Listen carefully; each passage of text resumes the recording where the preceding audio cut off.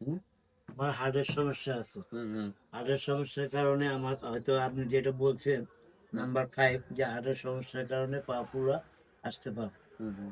আমার মনে হয় আমার এই যে ফুলাটা দুনো পা না এক পা? এক পা, এই ডাইন পাটা, এই যে এই গোড়ালিটা ফুলে না এদিকে ফুলে? এদিকে শুধু এদিকে। এটা অনেক সময় কিন্তু কিডনির কারণে বলে। হার্ট কি চেক করেছেন কোনো সময়? পরীক্ষা করেছেন? আমার হার্টের সমস্যা আছে যেটা, কাগজপত্র আছে আমার, এখন কাগজপত্র গুলো কই? আছে আমার দোকানে আছে। এগুলো একটু দেখাই এটা। পায়ের গোড়ালি ফুলে এটা অনেক সময় কিডনির কারণে ফুলে, আবার হার্টের কারণে ফুলে। প্রেশার আছে নি? প্রেশার আছে।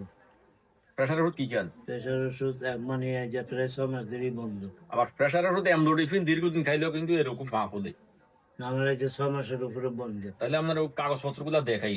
আচ্ছা ঠিক আপনার আছে। যে ফুলে এটা কিডনির কারণে হইতে পারে, আবার হার্টের কারণে হইতে পারে, আবার প্রেশারের ওষুধ অ্যামলোডিফিনের কারণে হইতে পারে। কোলেস্ট্রল বডিও পরীক্ষা করছি, কিডনি প্রেশার, তারপরে আপনার এই যে হার্টের সমস্যা।